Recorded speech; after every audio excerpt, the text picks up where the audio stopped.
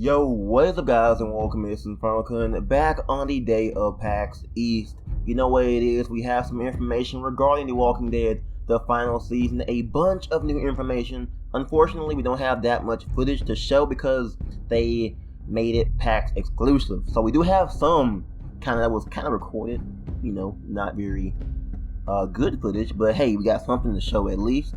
But we do have a bunch of concept art, a bunch of story details, and a bunch of character details to show off in this video. So let's go ahead and start off with, of course, the whole concept art. Then we'll get to the video, and then we'll go more into details. So first we have the character Marlon and Rosie. You see Marlon, the guy with the whole mullet looking kind of half shape a little bit.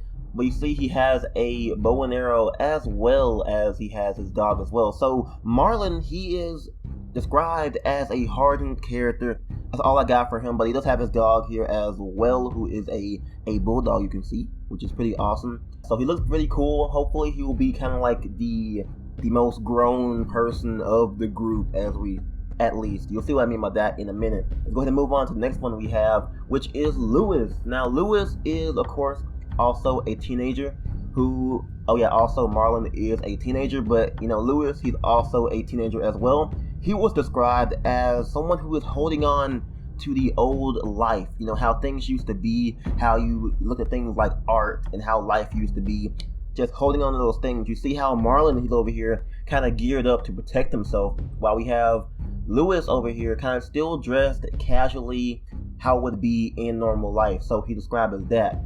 His personality, I guess, would be funny, but also flirty. So he'll kind of be the Omid, maybe, of the group. We'll see about that. Let's go ahead and move on. We have Violet. Now, Violet is described as, to the point. She's very serious, but also sarcastic. And he says she doesn't actually know her place. The way to describe it kind of just, fits the personality of Jane from season 2, which is very interesting for me, at least, because I did enjoy Jane. Unfortunately, that's an unpopular opinion, but I did enjoy Jane as a character, and having Violet here kind of might just bring back a little feeling of Molly or even Jane. So it could be like that character, so someone who's very serious, someone who's to the point and just doesn't know her place, whether she wants to stay or leave, kind of what Jane did in season 2 and kind of what Molly did in season 1. She left, Jane left, but came back.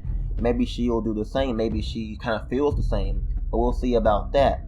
She's also a teenager, very short. You'll see her later in a minute, but let's go ahead and move on. We have the next one, the last character. As of right now, we have 10. Now 10, he is described as a sweet young guy. Okay, he's 10 to 11 years old, and he has this burn on the side of his face that you'll see in a minute. Actually, see now. Here it is. You can see that he's burned on the right side of his face. Pretty much a heavy burn. Definitely really, really weird. And they actually explained that, since he's 10 to 11, he's been living in this world probably half of his life. So he's kind of still holding on to the past as well, how things used to be, because, he was put in this world, as a kid. So seeing him grow up, in this world kind of just gives him a perspective of both halves of how things used to be, kind of an equal representation of just life for him, at least. So these kids, he's obviously not a teenager, but these are all young kids, a whole cast of teenagers. Okay, not entirely sure how I feel about that. It can be done greatly. I do see potential in it, but I do also feel that having some authority figures in the group, like adults, would definitely be great too. Now Clementine, she's said to be, not entirely sure if this is confirmed, but she should be 16. I'm not sure if that's what they said for real, but that could be a great thing. Clementine might just be the oldest person in this group, which could be pretty awesome, but we'll see about that, whether they also want to introduce some adults, because they did say as well that there will be more important characters, so maybe bringing in some adults as well. But it would be cool to see how Clementine interacts with people who are around her age. But I feel as if this isn't done right, then it could actually be more of a downfall than a benefit. But I do see potential in it. Hopefully there will be some adults in the group, like maybe 1 or 2. That would be great to kind of have a a authority figure, maybe even like some kind of power struggle between the kids and the adults. That would be pretty cool as well. Let's go ahead and move on to where they actually are located. We have some concept art of the locations that they are placed in. So the first one we have is, I'm gonna go this one at least. This one, where we have pretty much the inside of this place called the boarding school. Now, the boarding school is a place where all of these kids lived their entire life in the apocalypse, at least. So it's kind of all, worn out. They thrown out all the books and stuff, burned them, just done all kind of stuff to kind of make it a safe place, barricaded it up. You can see here in this little headmaster's office, that could be a place where the leader of the boarding school group maybe could actually be just sitting there, just trying to manage his people. Kind of sounds weird, but let's go ahead and move on to the next one we have is the admin building hallway. So this, of course, still in the boarding school. You can see how it's all rugged and the whole, just withering away a little bit. Pretty awesome to see as well. Moving on to the next one we have, which of course is Clementine standing in the middle of the stairs at the boarding group. No, but hopefully it will be a pretty awesome little group. You can see that there's a bunch of things around, like, just barricades everywhere. You can see there's actually tally marks on the wall. That could be cool to see, like, if a student, or not a student, but if a child actually, like, marked each day they stayed there. That'd be pretty cool to see. Kind of just develop the characters a bit more. Seeing how long they survived there will be pretty cool as well. So go ahead and move on to the other one we have, which is one of the train station exterior. This is a place that's also going to be a group that's going to be staying here. And it's said to be roughly about 5 to 10 miles away from the boarding school group. So we still are on the East Coast, but we might actually run into a separate group. So that's it for the concept art. Go ahead and get into the little bits of gameplay that I have right here. First one we have is a little idle poses for the characters Violet and Tin. So first thing is the graphics, okay? Looking just like the comic book series. I mean, I know I said that with The Walking Dead Season 1 and 2 and 3, but this one's going more for an ink black look, okay? Very comic looking, very good looking, in my opinion. I can see problems with it being dark, but hopefully they'll have some, great lighting for that. But we'll see about that later on. But overall, man, this looks pretty nice in my opinion. The characters look really, really good. They aren't very shiny like they were in A New Frontier. Personally, the A New Frontier art look, it was alright. It was just the characters were a bit too shiny. This one has a bit of roughness to, their models, making them look a lot more comicalized, probably like more to how Season 1 looked in a way. And you can see they still have the shell shading, because in A New Frontier they kind of got rid of shell shading, or just just brought it down a little bit, but here it's back. Only problem I have at the moment is that, looking at Violet's chin, looking at, Tin's chin, lol. Okay, anyways, their lines, their shell shades are a little bit too thick, okay? That's a little bit too thick for my liking. Hopefully they will fine-tune that. This is alpha footage, so things are subject to change. So hopefully they will, just see how things work. But overall, so you can see here the idle animations. You can, they're playing over and over again. You can see, but idling animations look pretty fluid. You can actually see the forest moving, the grass moving. This is in the engine, by the way, so no kind of just overdone cinematic stuff that they did for a trailer. This is all in the engine. You can see their hair, you can see Violet's hair moving, you can see her clothes moving, stuff like that. Hopefully that will be dynamic in the actual game, because that will actually bring a lot more just calmness while you're walking around in the hub areas and things like that. Just seeing things move around, grass move, that actually be great. Seeing characters' clothes move as the wind's blowing or something like that, that would be really cool to see as well. Now moving on to the little really blurry gameplay. Okay, so you can see here we have Clementine just walking, and you can see it kind of has more of a Life is Strange style camera. How Telltale does their camera. It's usually way behind the character, and as you go to a place where you move to a certain place, the camera actually changes position. This one kind of has a camera that actually follows you. You can twist and turn now, which is great.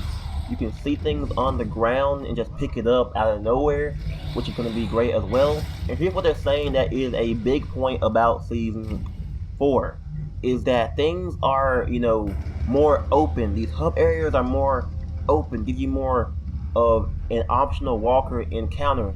You can see there that walker's pretty much just, stuck on that car, where it isn't a scripted event. You can just go. Well, I don't know if he's actually stuck there, actually. He doesn't look very stuck to me, but, I guess, he might be actually. It depends, But normally that would be a scripted event where you can just, go towards it, pick up something, and then a whole kind of quote-unquote cutscene would play. Actually, I can see where it's kind of like chained up to the car. So, by his guts, okay? But anyways, yeah, because he was stuck there. There was kind of no getting out for him. Maybe they could have like done like a little scripted event there where, as you got closer, a cutscene would play, kinda. But maybe, they're doing things like optional events where you want to go get that walker. Hey, maybe if you don't get that walker, you can just skip past them and go in that building. That could be more of an optional, more of an open type system where you have a choice to actually go ahead and maybe skip stuff you don't want to do. And that could actually be things that could actually be, and that could be more things that could affect choices. That could be actually really cool. If you didn't kill that walker, he might come back later on, and you have to fight him anyway. That could be cool things that could happen to change up things a little bit. So what do you guys think about that? That's all we have of the little, gameplay as of right now. There was more, but that was only shown to the PAX East attendees. So that might mean that we're probably going to have less scripted walker events and more of, there's a walker right there, I'm going to either kill him or I'm going to skip past him and move on. That could be really cool to see happen and see where things give you more of a control of the situation. Now moving on to my notes here about various things. Let's go ahead and move on. First of all, Clementine's hat. Okay, you see her in the gameplay, she has no hat. Okay, so that could be a choice. Now, hear me out here. They talked about the hat quite a lot, and that people, they mostly like it, and people who, might not like it. So maybe there could be a choice to either, keep the hat or remove the hat. That'd be pretty cool. That kind of just give you a little bit of a choice, like how in Tales from the Borderlands, you can either remove Fiona's hat, or you can actually keep it on and change clothes. Stuff like that would be very cool to kind of have your own personalized Clementine, akin to your story.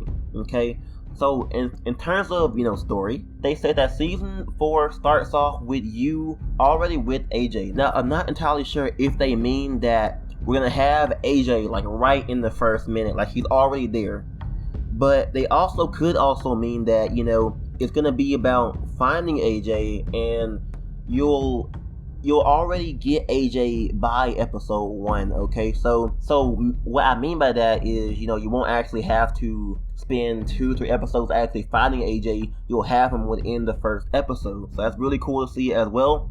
So we can go ahead and get popping into the new story. That'd be very cool. So pretty much, let's go ahead and move on to what I have as well. In terms of more story, they said that episode 1 is focused on these characters, Marlon, Lewis, and Violet, and that episodes 2 and 3 would be more about Clementine's background, which would be very cool to see how, they're focusing on building up these characters in the first episode, which is always really great, but also spending more time to develop Clementine's character in terms of what happened to her in the past. There will be kind of a big time skip, so maybe things happen in between that could actually go into her background. That'd be very good to actually cover in this season as well. So they also reassured us that, hey, you might see Clementine and AJ in the same key art that Lee and Clementine was, but they said that they won't actually rehash the whole Clementine and Lee scenario. Okay, they're different people. Clementine isn't an adult. AJ's a bit younger than what Clementine was, so it obviously will be a whole another situation type of thing. And in terms of more exploration, there will be more exploration. Of course, you've seen how the gameplay was. It's a bit of a more of a Life is Strange style camera, but there will be more puzzles and of course more control, which means more hub areas and more, you know, puzzles and stuff like that. They said they want to have exploration be like how season 1 was, which is always really great, because I felt like games recently could have used a bit more hub areas like season 1, and they finally acknowledged it, which is really, really great and really exciting in my opinion. So overall, let's go ahead and sum it up real quick because it's getting pretty long here. Overall, we got a bunch of new information about various details and stuff like that, and it's looking very cool. Now, only problem I have is the teenagers, man. Hopefully it doesn't suck. Hopefully there will be some adults. Hopefully it is done right. But we'll see about that. Overall, man, kinda really digging this whole little reveal thing. It was kind of a bit messy at first, you know. If we didn't really get that exclusive gameplay, it would have been, you know, really, really sad and really just, you know, bland in my opinion. But at least someone recorded it, okay? So we have something to actually base ourselves off of to see what it's like, and it's definitely looking a lot better than I anticipated. So thank you guys for watching this whole long video about the whole details we got over at PAX East. Hopefully this will be great. Hopefully we'll see more, and hopefully the game will be good, and we'll see about that. So what do you guys think about that? Go ahead and comment down below any kind of details you guys want to share and any kind of thoughts you have on these details I mentioned. Thank you guys for watching. Once again, I'm InfernoKun. Go ahead and subscribe for more of my videos. Follow me on Twitter and join my Discord channel. And leave a thumbs up on the video. And I will catch you guys next time on The Walking Dead. I'm out.